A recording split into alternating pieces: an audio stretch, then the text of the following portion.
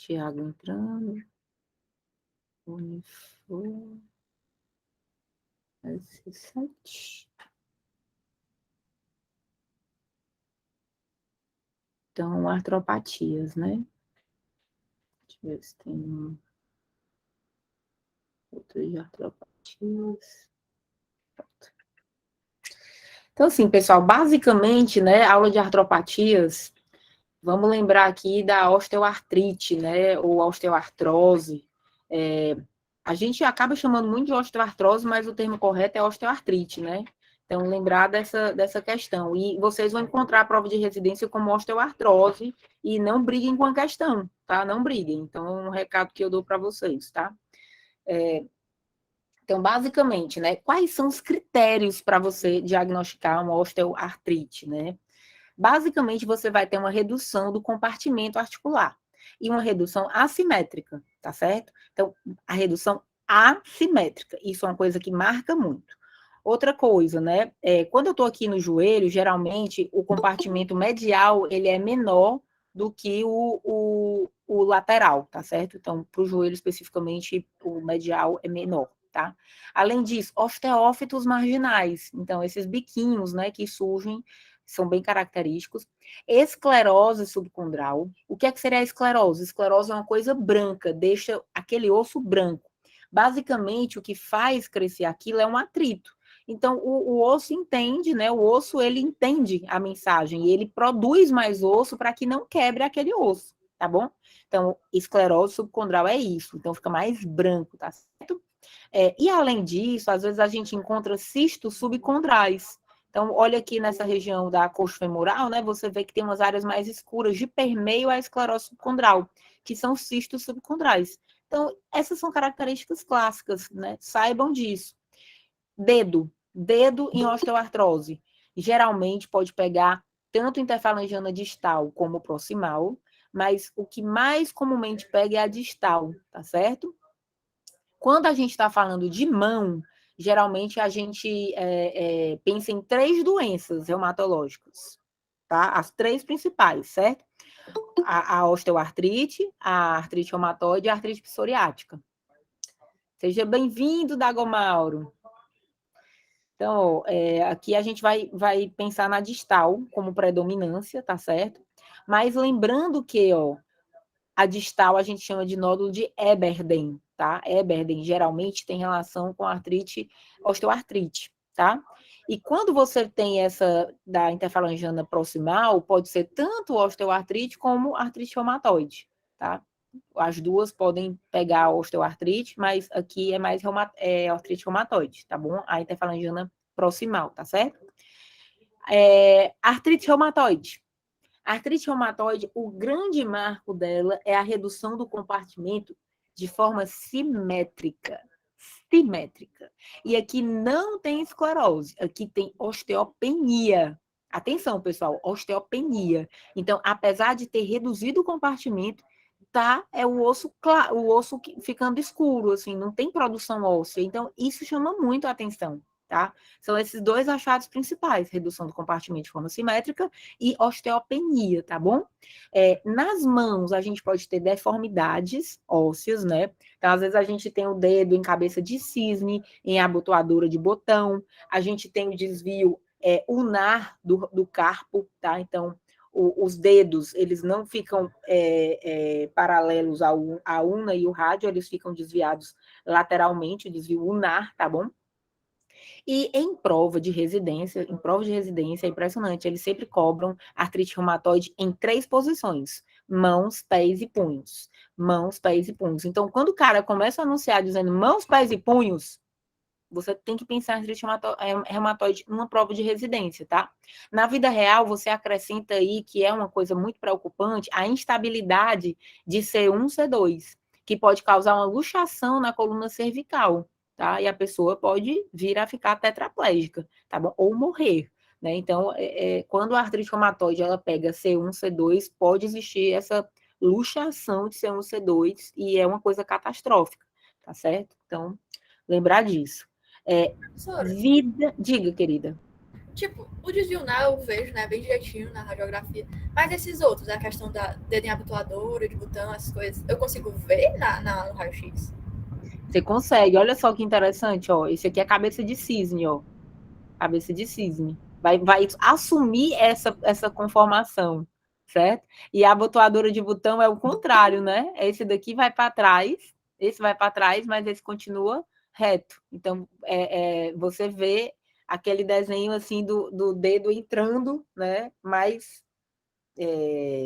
como é que se diz? Uma profundidade, você tem essa noção, tá certo? É uma figura 2D, mas como isso é uma figura 2D? Então você consegue ter essa noção de que está tendo esse posicionamento indevido, né, da articulação. Pessoal, a artrite reumatoide caracteriza também subluxação, tá certo? Então, aqui você pode encontrar numa prova falando de subluxação, tá certo? Luxação, muitas vezes você vai pensar em artrite psoriática. A artrite psoriática tem mais essa característica de luxação, tá bom? Vida real. Professora, Diga, Camilinha. oi, tem alguma subluxação aí na imagem que a senhora possa mostrar? Tem. Aqui, ó. Peraí. Vou Dá voltar para aqui, ó. ver em cima. Aqui, isso aqui é uma subluxação, ó. Subluxação, tá certo? Ó. Então, essa aqui tá subluxada, Aí quando tá é bom? mais distal, Aqui começa aqui, ó. Aqui é uma subluxação. A luxação completa é quando você tem uma mínima parte de uma articulação, de um osso em contato com o outro. A luxação completa é esse exemplo aqui da psoriática, ó. Olha só isso aqui, ó, porque aí a falange adquiriu um formato triangular e ela só literalmente toca assim de forma bem rasteira na outra, né? Então, isso aqui é uma luxação completa, tá? A artrite reumatoide ela faz mais subluxações, onde você vê que não está angulado adequadamente, está torto, mas ainda tem uma parte significativa da articulação que está em contato com os dois ossos, né?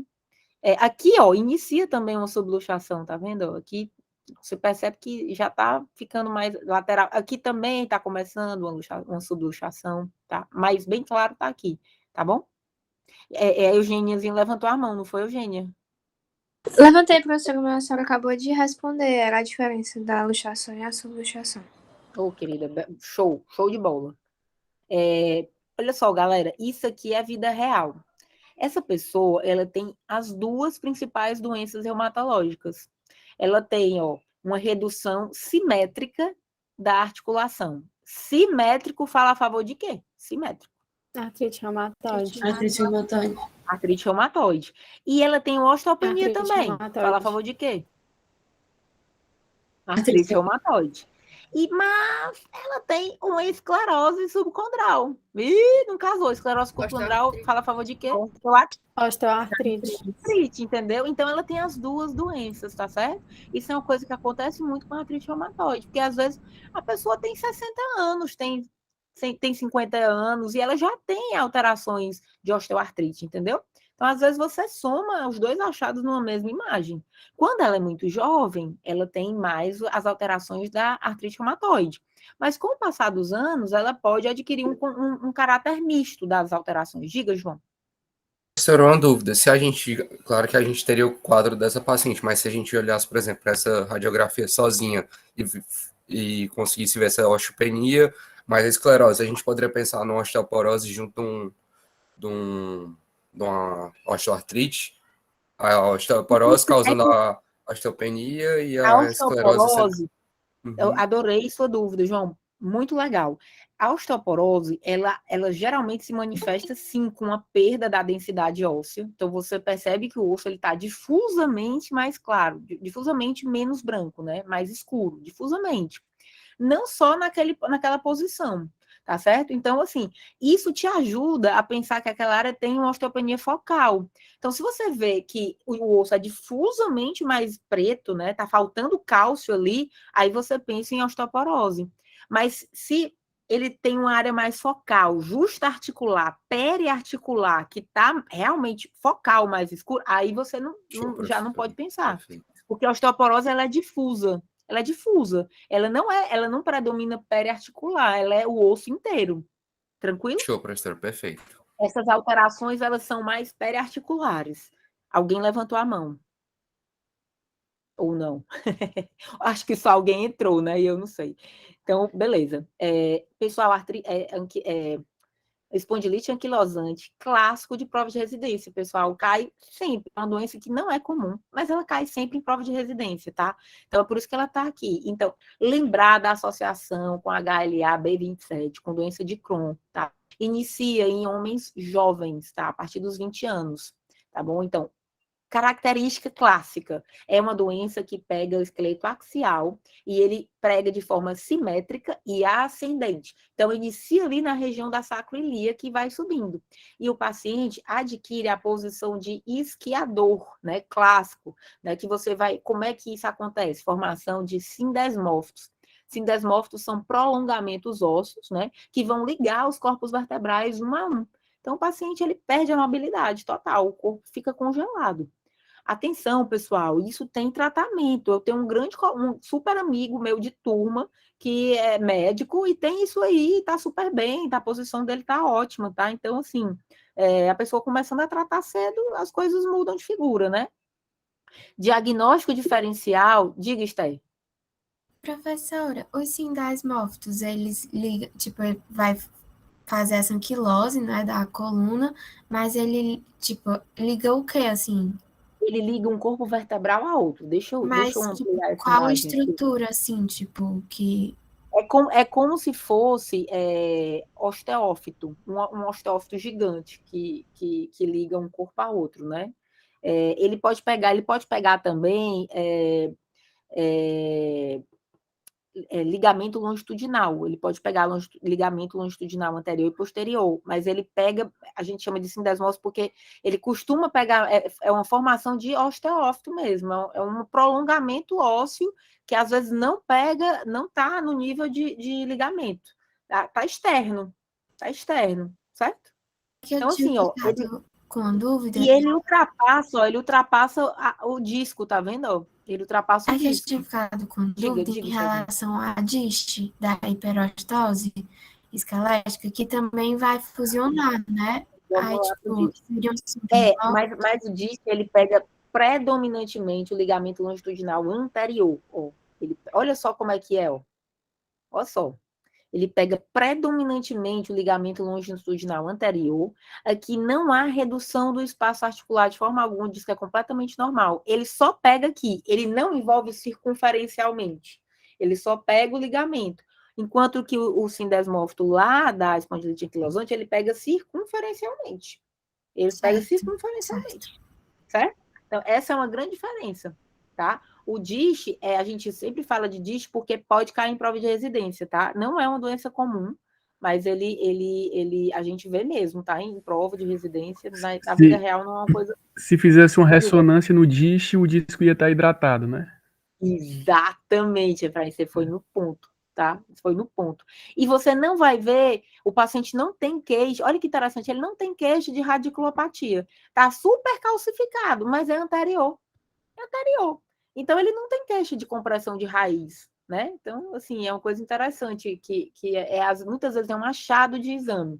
Às vezes o paciente, ele se incomoda porque pode assumir uma posição que ele não consegue fletir a cabeça, porque o osso está limitando essa movimentação, né? Ele faz que, cara, não consigo mais dar na minha cabeça, não, tá?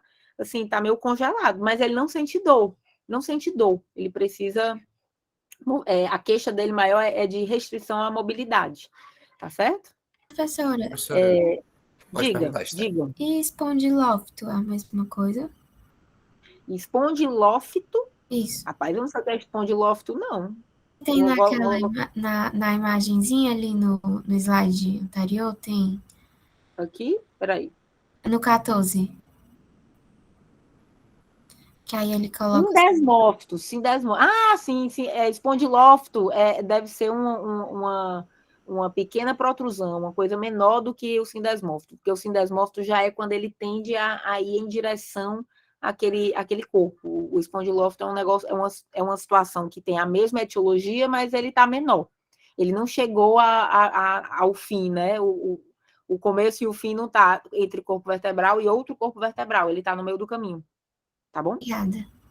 De Professora, nada, querida. eu só ia Diga. perguntar, acho que talvez até a senhora tenha falado no dia da aula, que eu não pude Hum. ir. O paciente com DISC tem um paciente mais assim típico, idade, sexo predominante? Geralmente, são pacientes, mais sexo masculino e meia-idade, assim, 50 anos, 60 anos. Então, professor. Geralmente é esse paciente aí, tá? Que mais? Aí, pegando o diferencial de lesões em sacroiliaca, né? Artrite psoriática. A grande diferença é que você tem, ó, uma formação de espondilófito. Isso aqui é um espondilófito, né? Que a gente chama de um sindesmófito isolado, né? Ele não chegou a ocupar o outro lado. Ele é maior do que um osteófito, mas é uma coisa isolada, tá certo? Então, um prolongamento, e o acometimento acontece de forma assimétrica.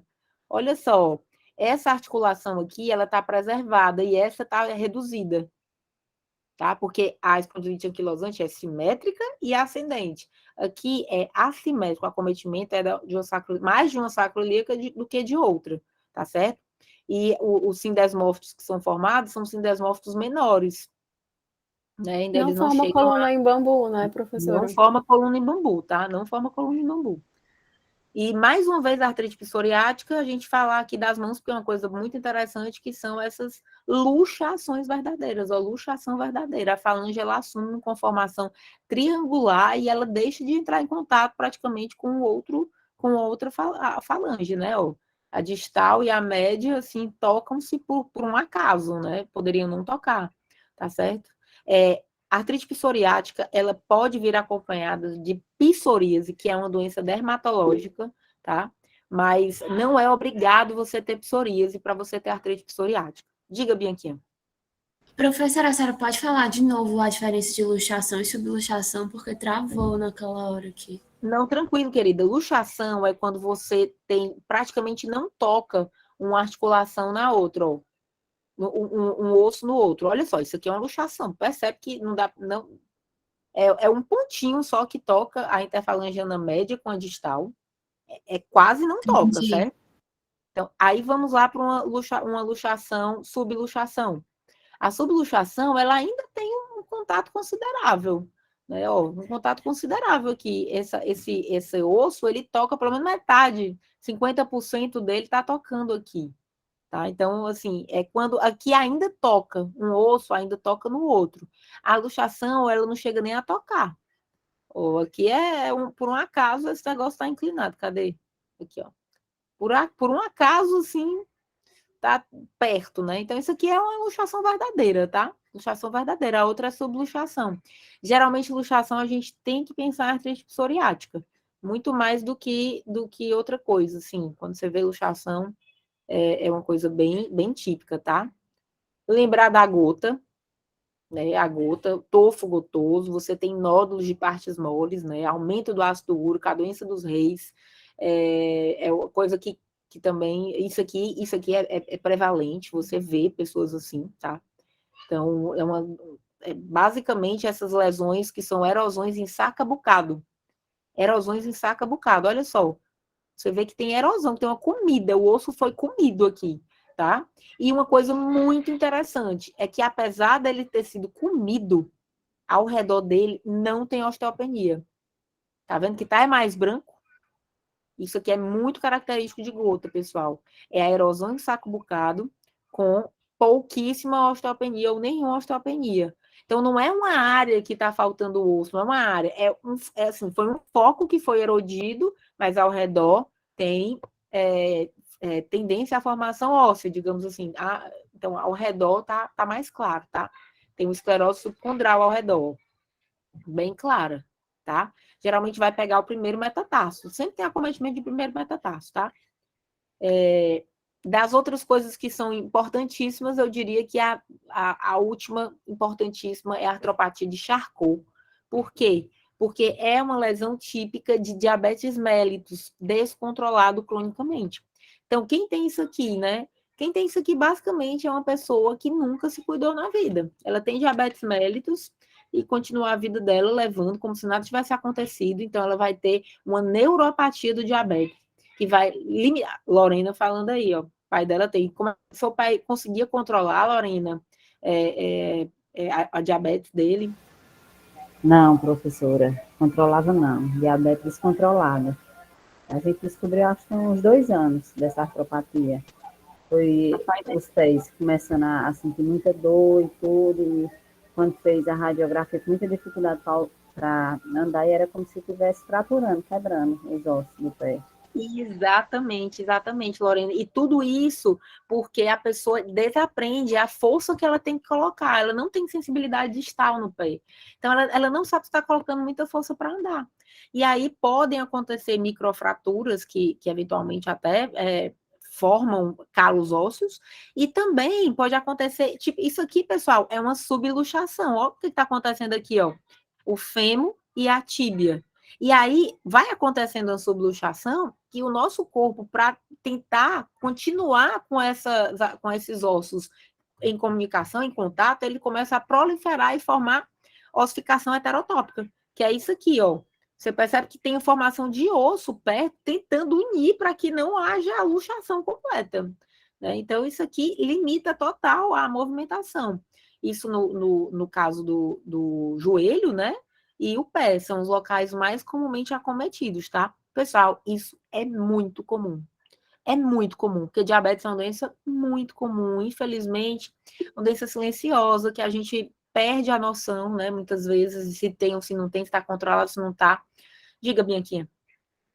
Professora, eu sei que essa artropatia ela é muito relacionada à diabetes, né? Mas ela sempre vai ser chamada de artropatia de Charcot quando for decorrente dessa perda de sensibilidade. Perfeito, perfeito. Exatamente, Bianquinha, exatamente. O mecanismo é esse. É uma neuropatia, é causada por uma neuropatia. No caso, a principal causadora é o diabetes, né? Mas se houver outra neuropatia, pode causar a doença de Charcot. Obrigada. Beleza? Mas ela, basicamente, a gente vê associada ao diabetes, tá? Pessoal, desta aula, os principais momentos são esses, tá? Vou passar para a aula de doença degenerativa. Doença degenerativa, vocês já estão até carecas de ouvir, né? Porque vocês já tiveram 3 vezes essas aulas de coluna, não foi, não? Diga, Marina. Oi, prof, só uma dúvida. Essa artropatia de Charcot, tudo bem que quem tem diabetes tem uma sensibilidade diminuída, mas chega a não doer? Na verdade, dói pra caramba. Dói porque muito? para a pessoa andar, dói, faz ossificação heterotópica. Então, a articulação, ela perde a mobilidade, né? Ela perde a mobilidade, porque está tudo enrijecido. Então, a pessoa vai tentar andar e dói, né? Agora, a questão maior da neuropatia é que ela não sabe a propriocepção, ela não tem noção de onde está o pé dela. Então, quando ela vai encostar no chão, ela bate com toda a força. Né? É uma coisa que é falta de propriocepção causando isso. Ela não tem noção de onde que ela está batendo, aí quando ela bate com toda a força, né? E aí, com o passar do tempo para andar, vai doer, porque vai ossificar, né? Vai ficar uma ossificação, então ela perde a mobilidade. Sempre que a gente perde a mobilidade na articulação, dá dor para executar aquele movimento, né? Tá certo. Obrigada, professora. De nada, querida. Então, vamos para degeneração, né? Doenças da coluna, né, pessoal? Pessoal, basicamente, quando a gente está falando em coluna, a gente segue esses 5 tópicos que não tem erro. Primeira coisa é responder o alinhamento. Então, num plano coronal, né, você consegue ver certinho se a pessoa tem escoliose. Então, a escoliose você vai examinar no plano coronal. Agora, se você quiser ver o plano sagital, né, para ver como é que está a lordose, a cifose, a lordose, aí você vai ver exatamente nesse plano. E, às vezes, é nesse plano sagital que você percebe que existe um desalinhamento de um corpo sobre o outro. Então, quando existe desalinhamento significativo de um corpo sobre o outro, provavelmente houve uma espondilolise, né? Espondilolise, teve uma fratura aqui da pares intermédia, nessa pares interarticulares, quebrou. Né? Por isso que você tem essa espondilolise. Se o deslocamento acontece o anterior sobre o superior sobre o anterior, ele desliza anteriormente, ele é uma anterolistese. Se o anterior sobre o posterior desliza para trás, é uma retrolistese, tá bom? E isso, pessoal, às vezes pode causar uma instabilidade na coluna. Professora, com licença, a senhora pode voltar no slide passado? Essas duas imagens aí de ressonância que tem um círculo amarelo. A primeira, ela é anterolistese ou Anterolistese. E a segunda é uma retrolistese. Ó, essa é a anterolistese. Tá percebendo que esse aqui deslocou anteriormente em relação a esse, ó. Esse está anterior em relação a esse. Então, isso é uma anterolistese, tá? Deixa eu diminuir aqui essa. E já essa outra aqui, ó, esse aqui está posterior em relação a esse. Então, é uma retrolistese, tá? São mais comuns anterolistese. Qual é a pior? As duas são ruins, pessoal. As duas vão fazer mecanismo de pinçar a medula ou a cauda equina. As duas são ruins, tá? Porque o pessoal, não, acho que a retrolistese é pior. A retrolistese é muito ruim, mas a anterolistese também é ruim, tá? Então, geralmente é mais comum anterolistese do que retrolistese, mas ambas são ruins, tá certo? O que vai determinar se é mais ruim do que outra é o grau que deslocou, certo? Se você deslocou mais de 25%, isso já é uma coluna instável, que vai exigir, muitas vezes, que você faça uma artrodese. A artrodese é eu passar um pino metálico aqui. Meu amorzinho, a mamãe está dando aula. É você colocar um pino metálico aqui e o outro do outro lado e colocar haste metálica para você deixar aquela coluna rígida, tá certo? Então, diga, Eugeniazinha, você levantou a mão? Alguém levantou a mão, não foi? Não, professora, minha foi Tá aquela. bom. Obrigada. Meu amorzinho? Pronto. Pode fechar a porta, filho?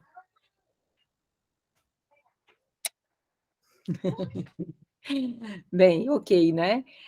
Corpos vertebrais, né? O corpo vertebral, a gente tem que lembrar aqui com o envelhecimento. Eu sou suspeita. Com o envelhecimento, a gente vai ter osteoartrite também degenerativa da coluna e os corpos vertebrais vão fazer osteófitos. Esses osteófitos, eles podem estar, inclusive, posteriores e adentrar a medula, adentrar o canal medular e tocar na medula, pessoal. Então, às vezes, por causa de um osteófito, você pode ter uma mielopatia. Pode. Por causa de um osteófito que cresceu para trás, você pode ter uma mielopatia. Tá certo? E aí, corpos vertebrais, é sempre importante lembrar vocês que existe os nódulos de Chimoo. Nódulo de Chimoo é essa protrusão que cresce para dentro do corpo vertebral. Isso não é um câncer, isso não é nada de ruim, isso é simplesmente genético, tá? A gente chama de herniação intrassomática, tá bom? Então, basicamente, por conta de alterações do disco também, você pode ter uma alteração da densidade do corpo vertebral, porque o disco é o amortecedor. O disco é o verdadeiro amortecedor. Se ele está com problema, um corpo vertebral vai atritar sobre o outro. Então, ao redor daquele local onde o disco está ruim, você vai ter alteração do corpo vertebral. E aí, essas degenerações é o que a gente chama de MODIC. Né? O MODIC, ele pode ser... o primeiro tipo é quando tem edema entre um corpo vertebral e outro, tudo causado pelo disco. O culpado é o disco, mas quem está sofrendo é o corpo. Então, edema. Segunda fase, gordura. E a terceira fase, fibrose. Como é que eu vejo edema? Edema vai ficar preto no T1 e branco no T2. Aqui, ó, preto no T1, branco no T2. Ó, o corpo vertebral está preto e aqui está branco. Degeneração gordurosa. Vai ficar branco e branco. T1 vai ficar branco, T2 vai ficar branco. E fibrose vai ficar preto e preto, tá bom? Com relação aos elementos posteriores, né? Lembrar que, às vezes, você pode ter a artropatia aqui dos elementos posteriores, que podem aumentar de tamanho e se insinuar para dentro do canal medular e causar compressão da medula ou de uma raiz nervosa, né? Inclusive, nessa imagem aqui, ó, você tem líquido na articulação interapofisária, tá certo? Diga, Bianca. Professora, a senhora pode apontar essa articulação, que eu não sei qual é ela. Essa articulação, a interapofisária é essa articulação vista no perfil, certo? E aí, tá. quando você está olhando ela no plano axial, você vê assim, ó. Isso aqui é a articulação interapofisária, de um e do outro. Ah, Tá? tá bom, obrigada. Ela fica bem atrás. E aí aqui tem um pouquinho de água, tá bom? Tipo um cesto. E isso aqui é água, é água. Quando a pessoa está com a degeneração, às vezes você, por conta de processo inflamatório, você pode depositar um pouquinho de líquido na articulação. Acontece às vezes no joelho, vocês já viram pessoas que estão com o joelho inchado, às vezes tem líquido, é justamente o mesmo processo. A osteoartrite pode causar isso também, né? E seria esse caso, tá? Beleza. Aí, com relação aos discos, né? Então, o disco, né? Isso aqui é muito importante. Existem 2 mecanismos para você ter uma doença de disco. O primeiro é a ruptura do ânulo fibroso. Então, através de uma ruptura do ânulo fibroso, você pode fazer ou uma protrusão ou uma extrusão, que é quando o seu disco ele é hidratado, fofinho dentro, você rompe o ânulo fibroso e aquilo extravasa focalmente para um local. Então, ó, isso aqui é uma extrusão, isso aqui é uma protrusão. Qual a diferença das duas? Só o formato que elas assumem. Geralmente a protrusão é o mais comum, ela assume uma base mais triangular, certo? E a extrusão, ela é pediculada, tá certo? O problema é que ela sendo pediculada, ela pode quebrar a comunicação dela com o disco e fazer o que a gente chama de sequestro. Então, é pior, a extrusão é pior porque ela pode fazer um sequestro. Mas o sequestro, se ele não estiver comprimindo a medula, não tem problema, é vida que segue. O ruim do sequestro é que às vezes o paciente faz o exame por um motivo ou outro, e aí a gente percebe que tem um nódulo dentro do canal medular e pode ficar na dúvida se aquilo é um tumor, entendeu? Então, o ruim do sequestro, pior é isso. Mas, tirando isso, assim, se ele não está comprimindo raiz, é a vida que segue, tá? Então, é só essa diferença. Então, esses 2 aqui é fissura do ânulo fibroso. E o abaulamento? O abaulamento tem relação com o envelhecimento. O disco, ele é um bolo, mas com o passar dos anos, ele vai se desidratando e vai assumindo um formato de pizza. Então, ele acaba tocando, né, aumentando o diâmetro do disco, da circunferência dele, embora ele esteja mais baixo. É isso que vai acontecer. Então, a pessoa diminui de tamanho e esse abaulamento pode tocar uma raiz nervosa, tá? Tranquilo? Dessa aula, isso é o mais importante, pessoal. Sem sombra de dúvida. Você vira isso no S5, no S3, estão vendo agora, porque realmente é importante, né? A doença do envelhecimento faz parte disso aí. Coisas importantes, a raiz, né? A raiz, ela pode... Desculpa, o disco, ele pode ser posterior, tá? Ele pode se insinuar, a protrusão pode ser posterior, pode ser paramediana, pode ser foraminal ou extremo lateral. Então, tem essas 4 possibilidades, tá?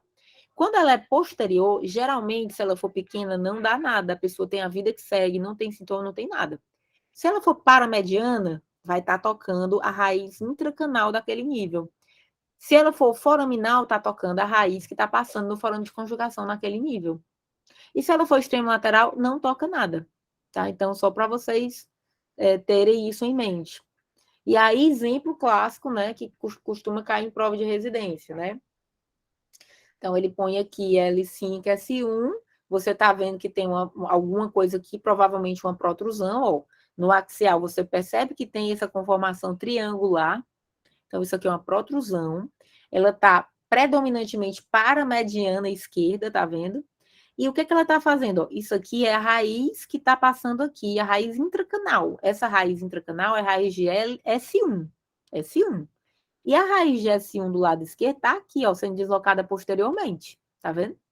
Então, raiz que está sendo deslocada posteriormente é a raiz de S1 esquerda, tá bom? Então, isso aqui é uma protrusão. Diga, querida. Eu posso falar que está tocando a raiz intracanal de S1 e foraminal de L5, ou ainda não está tocando a foraminal de L5? Nesta imagem, a gente não está vendo tocar. Nesta imagem, sabe o que é a raiz foraminal de L5? É isso aqui, ó. A raiz de L5 é isso aqui que está passando o meu comprido aqui desse lado e desse lado, certo? A gente está vendo ela como se fosse uma uma estrutura linear aqui, ó, que ela está correndo para cá, ó. Nesse plano, eu não estou vendo. Eu estou vendo, inclusive, a raiz passando aqui. Mas talvez, se eu subir um corte acima, pode ser que ainda tenha raiz, protrusão aqui e esteja tocando, tá? O que eu consigo dizer certamente é que há uma redução da amplitude do forama de conjugação. Isso aqui é alto. Aqui o forama de conjugação desse lado, o forama de conjugação desse outro lado.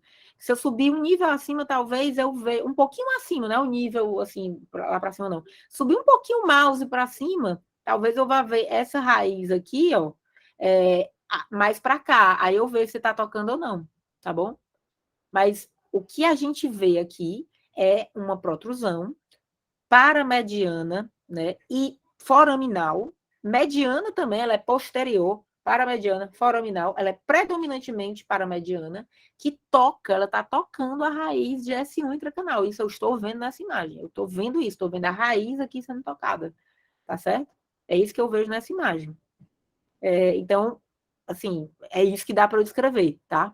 Eu consigo dizer também que há uma redução da amplitude do forama de conjugação, mas eu não estou vendo a protrusão tocando na raiz, porque a raiz está bem aqui, ó. Eu não estou vendo essa raiz, ela estaria aqui, se eu subir um pouquinho o mouse, eu veria ela aí nesse nível. Beleza. Professora, uma dúvida. Nesse caso, ele está tocando a raiz intraforaminal de S1, certo? Aí, intracanal. Aí, se fosse uma hérnia tocando a raiz foraminal de S1, que seria no nível abaixo, né? Nível abaixo, perfeito, Tezinha. Show de bola. Pronto. Aí seria a mesma clínica, tipo, o paciente... Mesma clínica, igual, perfeito, arrasou. Então, vocês já sabem que para uma mesma clínica eu posso ter duas imagens, né? Eu tenho que procurar nesses níveis. Eu vou ter que procurar, sabe, se tem uma clínica de S1, eu vou ter que procurar com muito cuidado entre L5 e S1, para ver se não é uma protrusão intracanal, e entre S1 e S2, se não é uma coisa no forama de conjugação, beleza? Diga, Caio.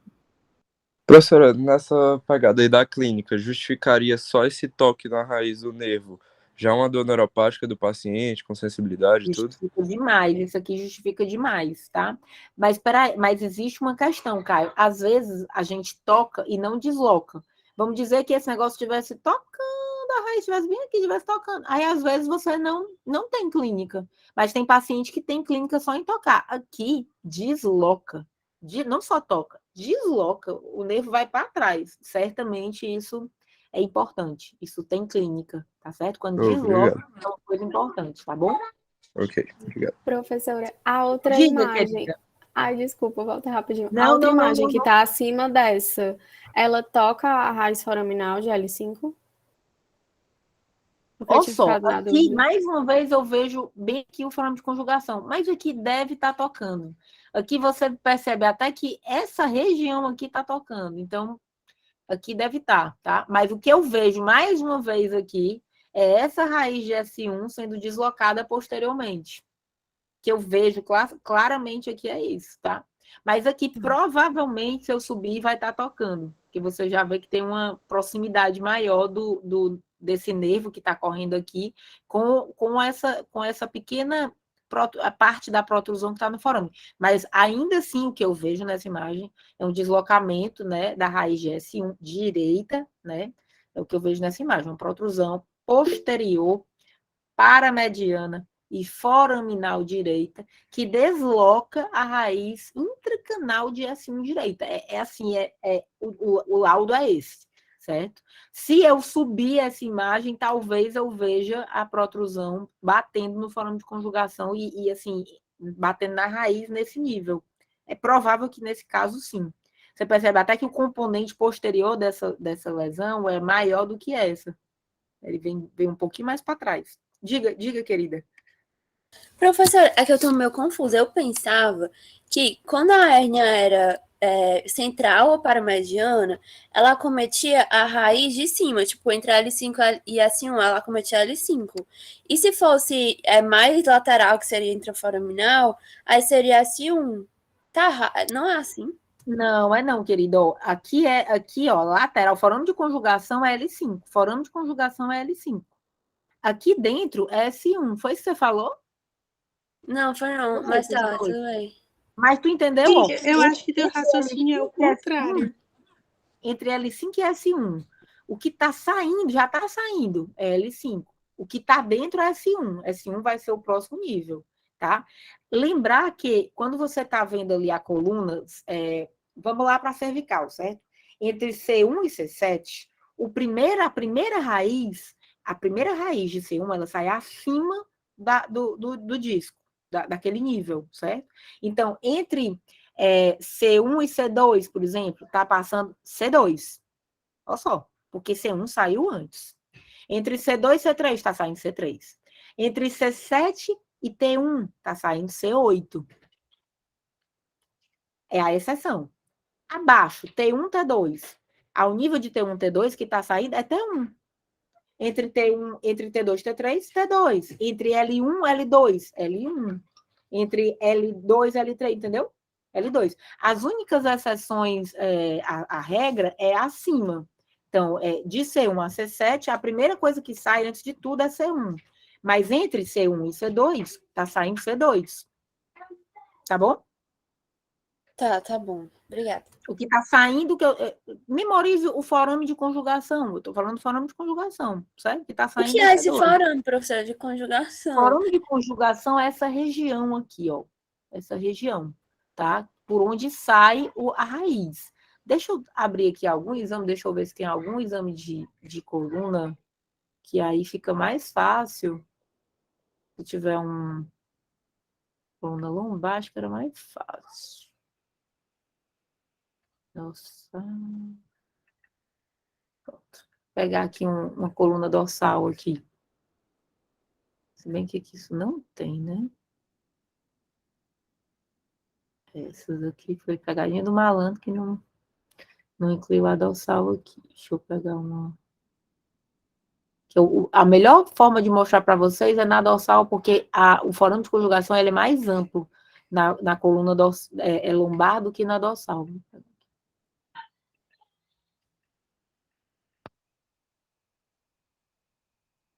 Pronto, deixa eu pegar aqui.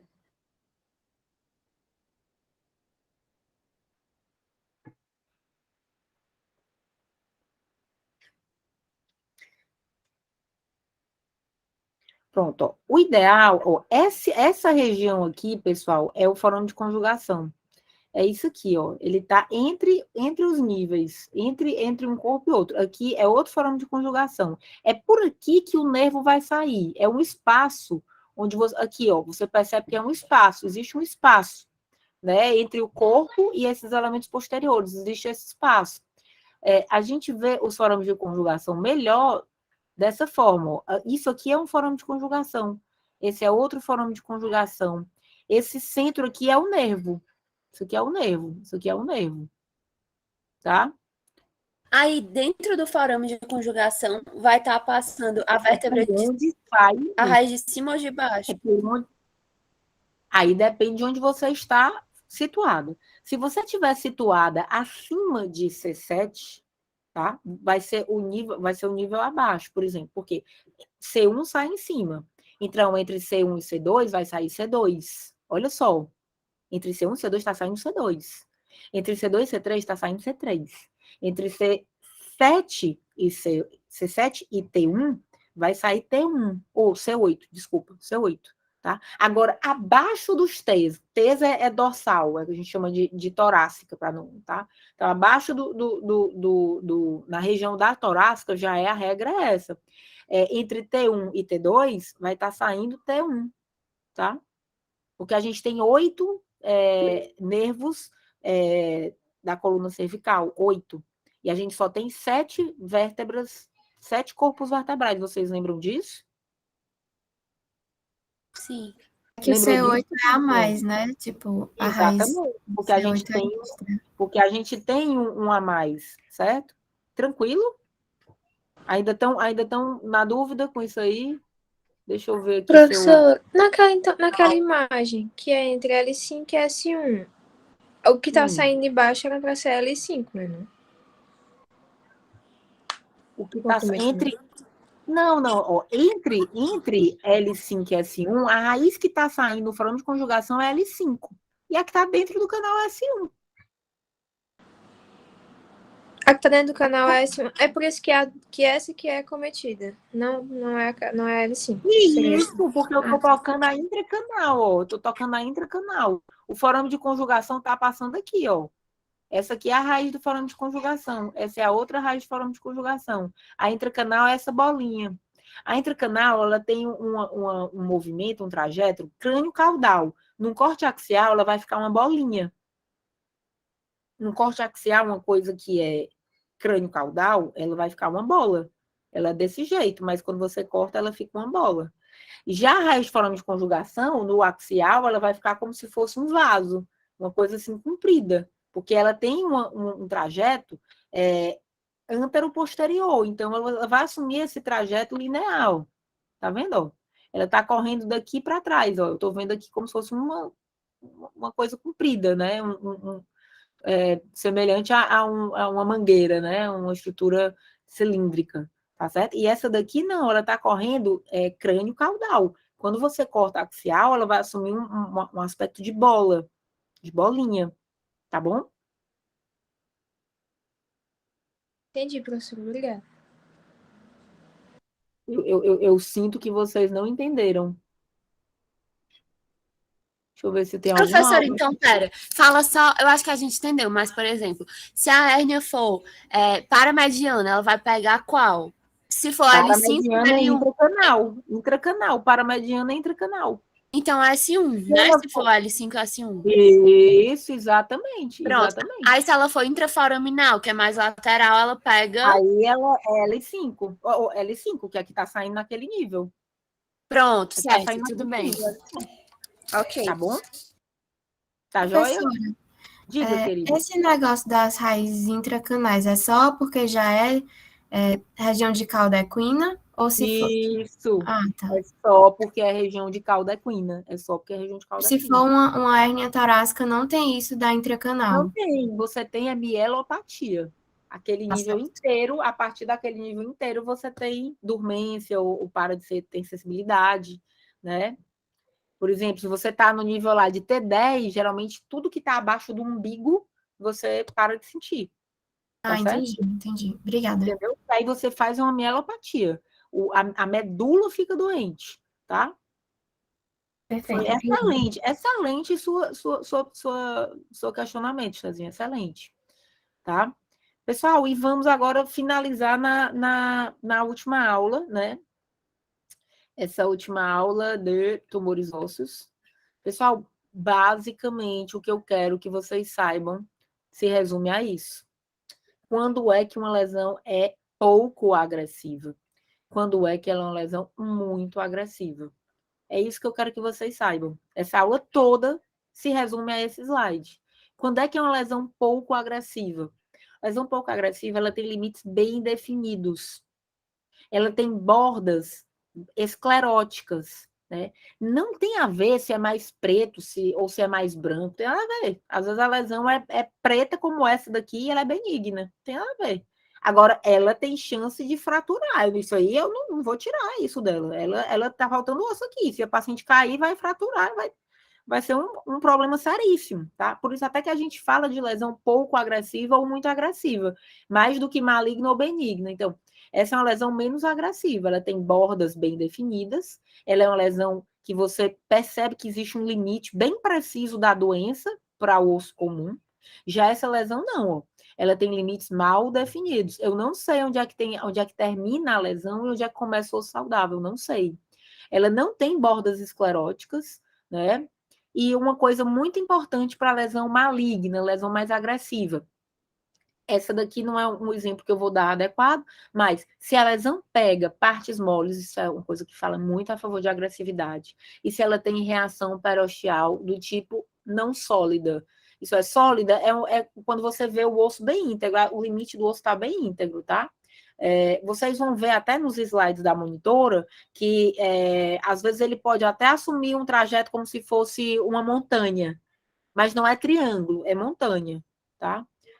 Agora, basicamente, deixa eu pegar aqui para vocês, ó, as reações periosteais, elas podem ser do tipo sólida, que é quando você só vê bem definida a cortical do osso, ou então essa cortical ela pode assumir uma morfologia de montanha, tá? Um morrinho, tá bom? E aí isso aqui fala a favor de ser mais benigno, mas basicamente a gente vê reação peroxial é maligno mesmo. Então, isso aqui é casca de cebola, raios de sol, triângulo de Koldman, isso aqui é tudo maligno, pessoal. Isso é tudo maligno. Outra coisa fundamental, considerar no seu diagnóstico diferencial infecção em qualquer idade. Qualquer imagem que você está vendo, se você não tem a clínica, inclua no seu diagnóstico diferencial infecção, porque pode ser sempre, tá certo? Agora, o que é que vai diferenciar? Se a pessoa te diz que teve febre, se teve uma ferida no pé, ela bateu o pé, um machado, teve uma ferida ali, aí você vai pensar também ali, você vai pensar outra coisa. Diga, Estezinha. Professora, a senhora poderia apontar a reação periosteal sólida? Tipo, que eu não Aqui achei tão normalzinho. Aqui não dá para ver. Sólida é simplesmente quando você não vê, é sólida. Não vejo nada aqui, tá? Não vejo nada aqui Mas nessa como é que eu sei que tem? A lesão é isso aqui, ó. Quando você não vê reação periosteal, é o que a gente chama de sólida, certo? Ah, tá certo, É o que a gente chama de sólida, beleza? Às vezes, se você vê um morrinho, tá? Você também pode achar que chamar de sólida, mas o fato de você ver só uma cortical bem definida, isso aqui é o que a gente chama de reação periosteal sólida, tá bom? Ou então você diz assim, tem reação periosteal. Eu não vejo. Mas saibam que são sinônimos. Sem reação periosteal ou sólida são sinônimos, tá? Obrigada. Casca de cebola, parece uma casca de cebola mesmo, né? Que você está tirando, assim, as cascas da cebola. Raios de sol, parece um raio de sol. Triângulo de Koldman, isso aqui é tudo coisa muito maligna, tá? A gente sempre vai incluir aí o osteosarcoma, que é uma das lesões, são duas lesões mais comuns em pessoas jovens, o osteosarcoma e o sarcoma de Ewing, tá? Então, são as duas lesões mais comuns, malignas, assim, você tem que pensar, né, em pessoas jovens, são essas duas lesões, tá bom? Mais uma vez mostrando a zona de transição. Zona de transição bem delimitada fala a favor de coisa boa. Zona de transição mal delimitada fala a favor de coisa ruim, né? Ruim em ortopedia chama-se muito agressiva, tá? Mais do que maligna, muito agressiva. Osteosarcoma.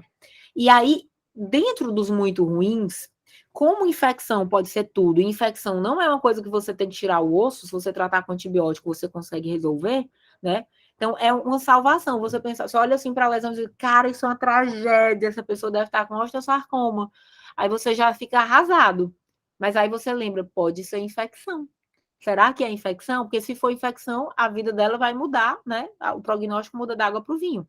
Não que um osteomielite não seja ruim, né? É às vezes muito difícil de tratar, mas você tira aquela gravidade de ter que fazer um exército, uma retirada da perna, amputação da perna, né? Você dá uma aliviada disso aí, tá bom?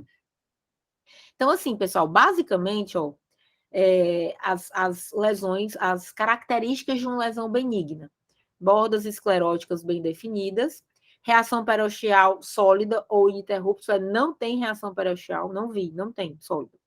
Ausência de componente de partes moles, destruição óssea do tipo geográfico e geralmente cêntricos, tá? Exceções a essas regras que são do mal, metástase e mieloma múltiplo.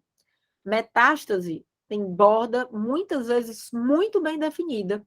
Não tem, muitas vezes, edema, não tem, pode ser concêntrico, pode ser excêntrico. Metástase pode ser tudo, tá, pessoal? Então, assim, você tá vendo uma lesão que você acha que é benigna. Cara, inclua nos diferenciais metástase e mieloma múltiplo, tá? Já lesões malignas, bordas mal definidas, zona de transição larga, reação periosteal do tipo cebola, raios de sol, massas de partes moles. Se tiver lesões de partes moles, tem que pensar em lesão muito agressiva, tá certo? Destruição óssea do tipo ruído de traço, geralmente é excêntricos.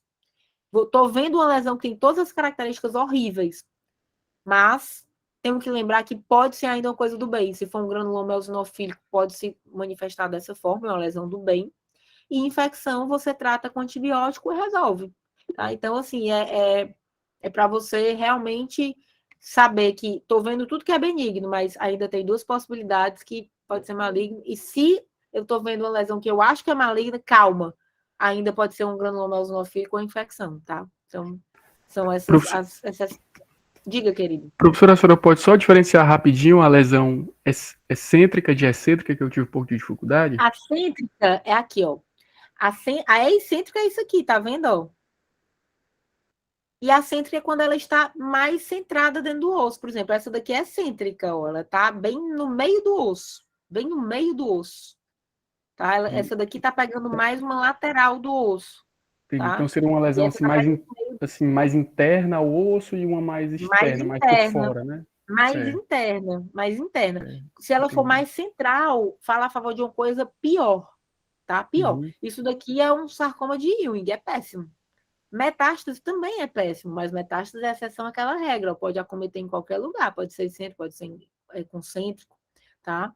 Isso daqui, pessoal, uma radiografia é de um osteosarcoma, que tem acometimento de partes moles, ó. Quando a pessoa faz a ressonância magnética, toda essa parte branca aqui é tumor que está acometendo a musculatura. Péssimo, pessoal, só isso aqui é tragédia, tá? Lembrar que o fato de ser osteolítica ou osteoblástica não te diz se é mais maligno ou benigno. Ambas as lesões são benignas. Cisto simples e encondromo. Essa daqui é preta, é osteolítica demais, e esta daqui é osteoblástica, é branca. Não é isso que vai dizer se a lesão é maligna ou benigna. É aquele slide, esse slide aqui, ó. Esse slide, tá? Aí eu vou mostrar para vocês algumas lesões que são importantes porque caem em prova de residência, tá? Essa daqui, cadê? Cisto simples. Cisto simples, pessoal, é uma lesão que é basicamente osteolítica, muito osteolítica, mas é a lesão mais benigna que tem, tá? Ela é uma lesão extremamente bem definida, bordas escleróticas, margem, né, bem clara, você sabe onde é que está a lesão. Ela não tem acometimento de partes moles, né? Ela não tem reação peroxial, ela pode ter destruição da camada cortical. Destruição da cortical não fala a favor de benignidade ou malignidade, não fala. Fala a favor de fratura, risco de fratura, tá? E essa lesão, ela tem classicamente essa imagem aqui retinha, branca dentro dela, que é o sinal do fragmento caído. Quando você vê essa imagem, você diz, cara, isso é um cisto simples ósseo. Acabou. Isso é um cisto simples ósseo, tá certo? Existe outra lesão extremamente benigna, o cisto ósseo aneurismático, que aí você tem como se tivesse assoprado dentro do osso e faz tipo um balão aqui, ó. A grande diferença do cisto simples para o cisto ósseo aneurismático é que esse é tumefativo. E esse, o conteúdo é hemático, isso aqui tem sangue dentro. O outro é um conteúdo líquido, tá certo? Então, é um cisto. Cisto é uma coleção de água, tá bom? Das lesões malignas, osteosarcoma. Osteosarcoma, lesão mal definida, limites, zona de transição longa, destruição da cortical, reação peroxial, tem. E, ó, isso aqui é destruição do tipo triangular, e aqui raios de sol. Você pode ter as duas reações peroxiais na mesma imagem, e tem acometimento de partes moles. Você vê que as partes moles estão mais brancas, tá? Então, isso aqui é muito do mal, pessoal. E o Ewing é a mesma coisa, ó. Muito do mal, né? Ampla zona de transição, né? Tem destruição da cortical, tem reação peroxial, acometimento de partes moles, né? Então, lembrar sempre disso. Outra lesão muito benigna é o osteocondroma, que isso aqui é uma cartilagem, tá? A cartilagem, ela cresce e é uma coisa mais estética, não dá nenhum problema, tá bom? Lembrar do mieloma múltiplo, que são lesões bem definidas, mas isso é do mal, tá? Lesão bem definida, limite bem preciso, mas é uma lesão do mal, na calota craniana, você vê bem definido, mas aqui no restante do corpo, muitas vezes é mal definida a lesão, tá? Então, é uma lesão que no crânio ela costuma ter características de benignidade, mas ela é super agressiva. Enquanto que no resto do corpo, ela já classicamente você acha que ela tem um limite mal definido, né? Ela fala a favor de uma coisa mais agressiva quando você vê o resto do corpo. Mas não se deixe enganar por essa calota, né? Considerando que isso é um mieloma, isso é uma coisa do mal, tá bom? E metástase que pode ser de qualquer jeito, pode ser concêntrica, pode ser excêntrica, pode ser blástica, pode ser lítica, tá certo? Então, passou de 40 anos, pessoal, sempre considere metástase no seu diferencial, tá bom? Então, basicamente isso. Passou de 40, diga, Caio. Professor, assim, em questões de prova mesmo, caso a gente tenha uma metástase ou mieloma múltiplo, que tem as características de, entre aspas, benignidade, aquelas características lá, né, são exceções, mas a gente acredita que o diagnóstico seja um desses dois. A gente coloca como sendo uma lesão agressiva, não agressiva, ou a gente coloca, Você enfim, vai colocar, você vai descrever como uma lesão pouco agressiva, mas não dá para excluir a hipótese de metástase e mieloma múltiplo. certo, ok. Porque as características radiológicas são de lesões pouco agressivas, né? Mas não dá para excluir metástase e mieloma múltiplo. Foi Entendi. As excelente, né? características uma coisa, mas a lesão são outra, né? Isso. Pode ser outra. Perfeita, sua dúvida é extremamente pertinente. Galera, sempre considerar metástase a partir de 40 anos, sempre incluir infecção no diagnóstico diferencial, tá? E lembrar daqueles critérios. É aquilo que é importante vocês saírem da graduação sabendo, muito mais do que subtipo de lesão, tá certo? Então, foco nisso, tá? Alguma dúvida aí a mais, pessoal? Galera, só posso dizer que eu vou ficar com muita saudade de vocês. Muita saudade. Vocês são muito especiais para mim. Vocês não têm ideia como o rosto de vocês, de cada um de vocês, é importante para mim. Assim, a gente passou junto uma história, né? Uma história grande, desde o S1, S2, né? Então, assim, eu fico muito feliz por vocês, né? E espero que vocês continuem essas pessoas que me encantaram desde sempre, né? Eu sempre fui encantada por vocês, né? Vocês vão me deixar com muita saudade, viu? Vou chorar aqui, mas mas é isso, vocês me marcaram demais e não é um fim, a gente vai se encontrar nos hospitais, eu tenho certeza, né? Quem for fazer radiologia vai me encontrar nos congressos, mas quem não for vai me encontrar nos hospitais discutindo exame. Vocês têm meu número, vocês podem me mandar mensagem no internato, no que vocês precisarem, eu estou sempre à disposição de vocês, assim. Vocês são meus amigos, né? Vocês são meus amigos, vocês moram realmente do meu lado esquerdo do peito, né? Dentro do coração. Diga, Alicezinha, você levantou a mão aí? Não, professora, era só para agradecer, que realmente a senhora, desde o S1, assim, já marcou bastante a gente, tipo, não só como professora, que a senhora tem uma didática incrível, mas como pessoa, a senhora... Eu lembro que numa das primeiras aulas a senhora estava chateada porque alguém tinha tratado mal a moça que trabalhava na casa da senhora. Então, tipo, isso diz muito sobre... Eu lembro desse dia. Fazendo terapia em grupo, né? E terapia em grupo lá na sala. Foi no S2 isso aí, foi no S2. Eu não lembro, mas foi, tipo, nas primeiras aulas assim, que a gente teve com a senhora, então isso mostra muito, né, que a senhora se preocupa com as pessoas, vai tudo além do exame, que às vezes é como a gente pensa que a radiologia é, a senhora sempre mostrando que ali é uma pessoa atrás, e que você quer o seu Antônio, você quer o seu José.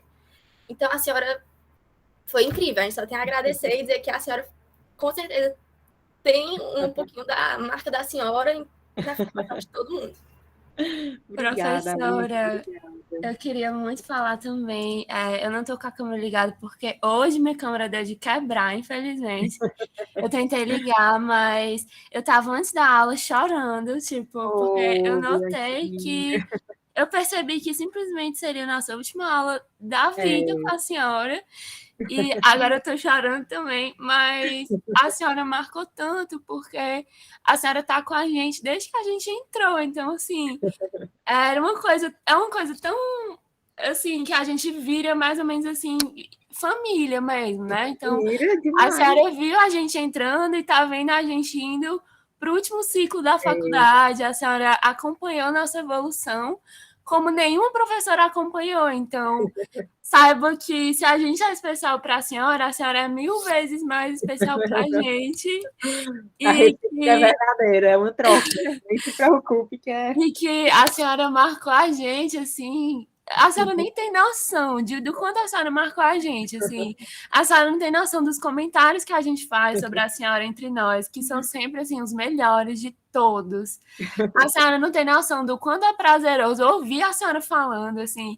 Cada aula era uma felicidade. Cada aula da senhora era uma felicidade para mim, sabe? E nunca foi difícil, nunca foi um suplício ter que assistir uma aula da senhora, muito pelo contrário. E a senhora simplesmente é muito inspiradora e há 4 anos que a gente meio que mantém contato, né? Eu acho que a senhora estava grávida do primeiro filho quando foi nossa professora. É verdade.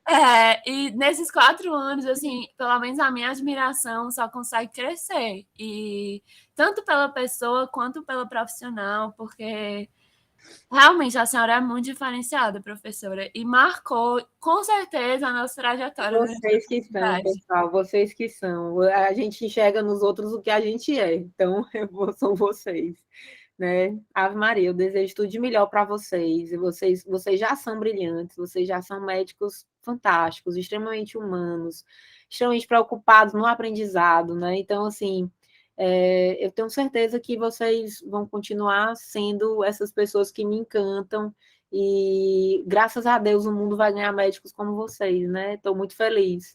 Muito bom ver vocês no S1 e ver vocês saindo no S7 dessa forma, né? Tão competentes como vocês já se mostram ser, né?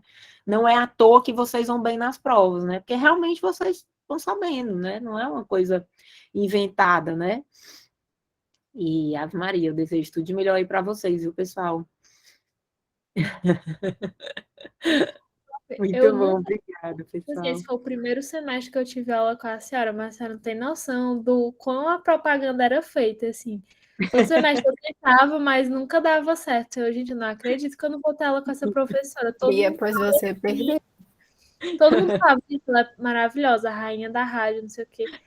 Não é possível que antes que termine eu não tenha um semestre. Aí esse coincidiu, mas assim, foi ótimo. Não tem nem o que falar da senhora, professora. A senhora é maravilhosa. Professora, eu tô de câmera desligada, porque eu tô no SAMU, mas foi uma pena tão grande eu no meio do carro querendo assistir sua revisão. Professora, sério, assim, eu só tenho muito agradecimento. Eu só lembro do S1, a gente só ouvia falar da senhora. Era, não, porque a professora Esté é maravilhosa, mas ela tá grávida, viu? Não vai dar aula pra vocês, não sei o que, não sei o que, não sei o que.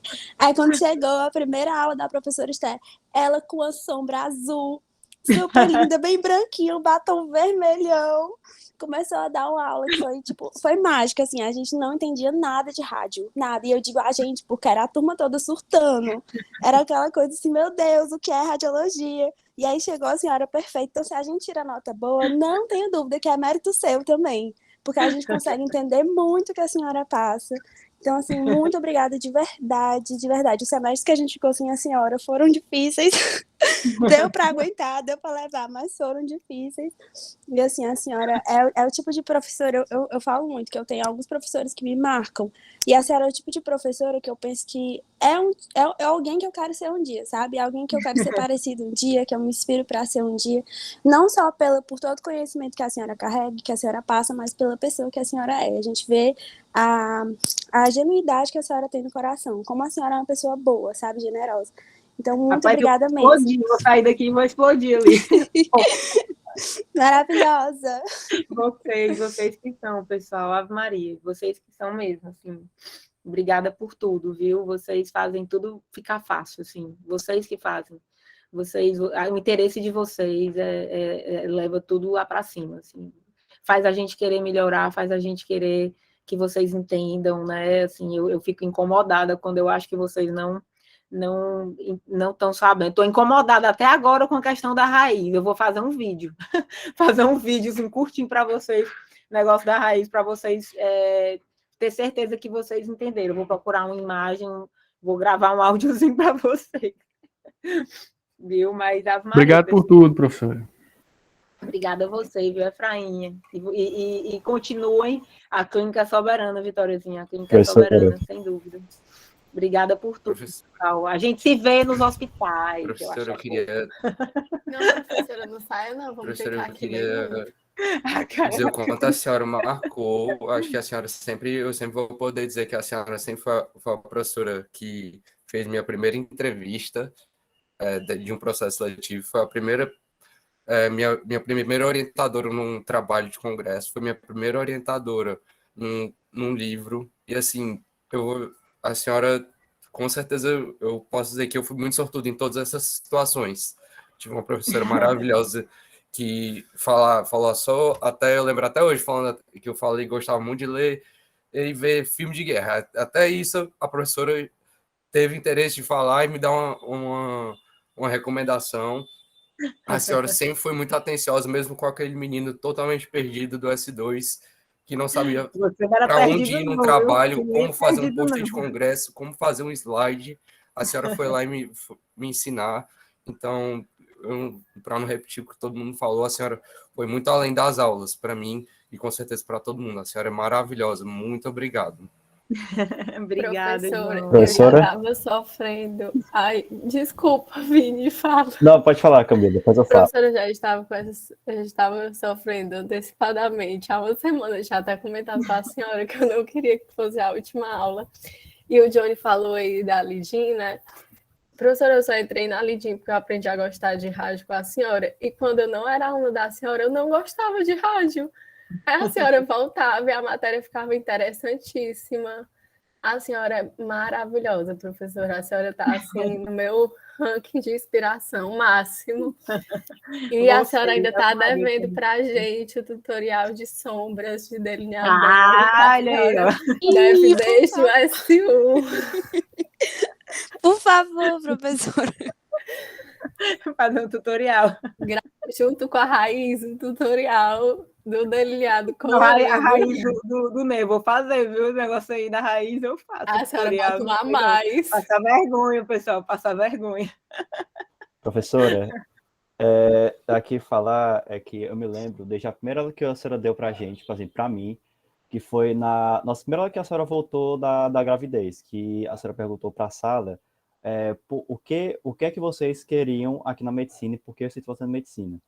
E depois de escutar, tipo, eu naquela época, assim, ainda meio perdido dentro da medicina e tudo, poder escutar o que a senhora falou também na medicina, meio que me fez pensar bastante sobre como traçar o meu caminho dentro dessa universidade, dentro desse curso que é gigantesco, e que desde hoje eu me lembro com muito carinho todas as aulas que a senhora deu pra gente, lembro de todas as gírias, por exemplo, da Clínica Soberana, da Bartonella, que inclusive eu utilizei na minha monitoria agora de LMF, eu citei a senhora, de tão marcante ficou todas essas gírias que a senhora deu pra gente, e que eu tenho, assim, o maior privilégio de falar que eu aprendi radiologia com a professora Esther, com a doutora Esther, e que, assim, não tenho palavras para escrever o quanto a senhora foi importante para mim na minha formação dessa universidade, assim, quanto a senhora pôde me dar um guia, um norte, que eu não tenho nada além de falar uma enorme gratidão pela senhora, e que toda vez que eu olho para a senhora eu já tenho, assim, um ar de paz, toda vez que eu vejo, convido a senhora de novo nessa série, depois de não sei quantos anos de SIMED, radiologia no EAD,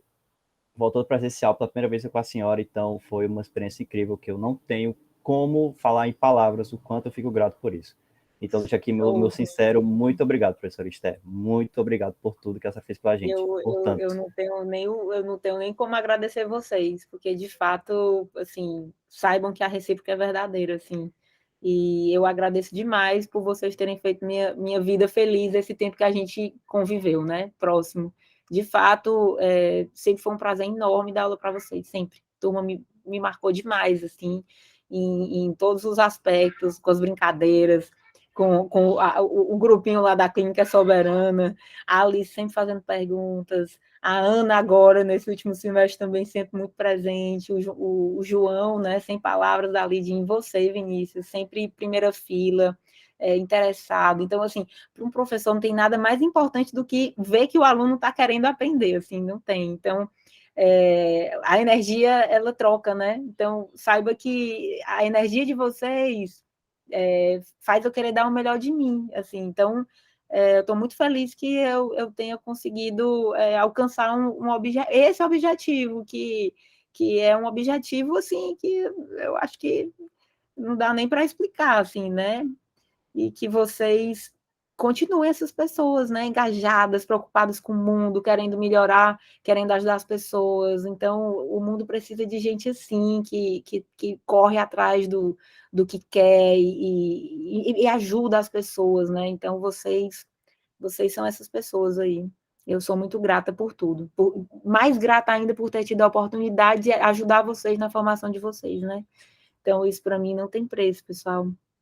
Não tem preço. Obrigada por tudo, de coração, obrigada mesmo, sim.